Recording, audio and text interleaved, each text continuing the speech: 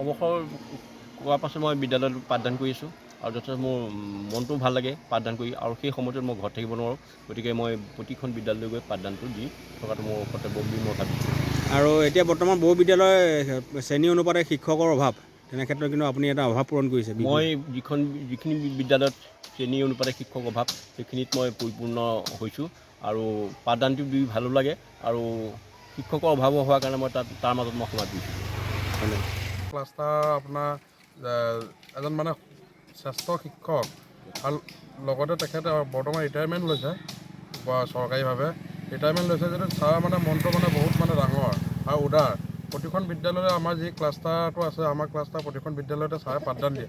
আমাৰ বিদ্যালয়ত যেতিয়া 2জন শিক্ষক আছিলে ছাৰে কণ্টিনিউ যায় তাতে 12টালৈকে থাকে আকৌ আমাৰ এই 121 নং জামুগুৰিলৈ আহে তেনেকৈ 1 নং দৰঘৰীয়া বিদ্যালয় প্ৰতিখন বিদ্যালয় শ্বহীদ কমলা মেৰিৰ পৰা ধৰি কেন্দ্ৰীয় বিদ্যালয়লৈকে ছাৰে প্ৰতিটো মুহূৰ্ততে আমাক পৰামৰ্শ দিয়ে আৰু বিদ্যালয় কেনেকৈ আগবঢ়াই নিব লাগে ছাত্ৰ ছাত্ৰীক কেনেকৈ আমি সৎ কৰি কেনেকৈ আগবঢ়াই নিব লাগে।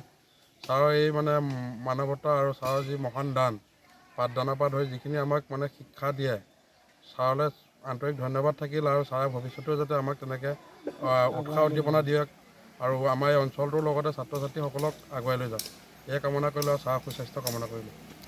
আমাৰ শ্ৰী অৰুণ ফুকন ছাৰদেৱ তেখেতে আমাৰ জামুগুৰি ক্লাষ্টাৰটো ইতিমধ্যে প্ৰতিখন বিদ্যালয়তে আমাৰ শিক্ষকৰ অভাৱটো পূৰণ কৰি থাকে আৰু আহি তেখেতে প্ৰাতঃ সভাৰ আগতে আহি আমাৰ প্ৰতিখন বিদ্যালয়তে য'ত যেনেকৈ যায় তেনেকৈ প্ৰাৰ্থনা সভাত এটেণ্ড কৰি আকৌ ক্লাছলৈ যায় ক্লাছত শিক্ষাদান দিয়ে আৰু লগতে আমাৰ শিক্ষক শিক্ষয়িত্ৰীসকলক ছাত্ৰ ছাত্ৰীসকলক কেনেকৈ আগুৱাই নিব লাগে সেই পৰামৰ্শ ভাগ আমাক প্ৰতিজন শিক্ষকে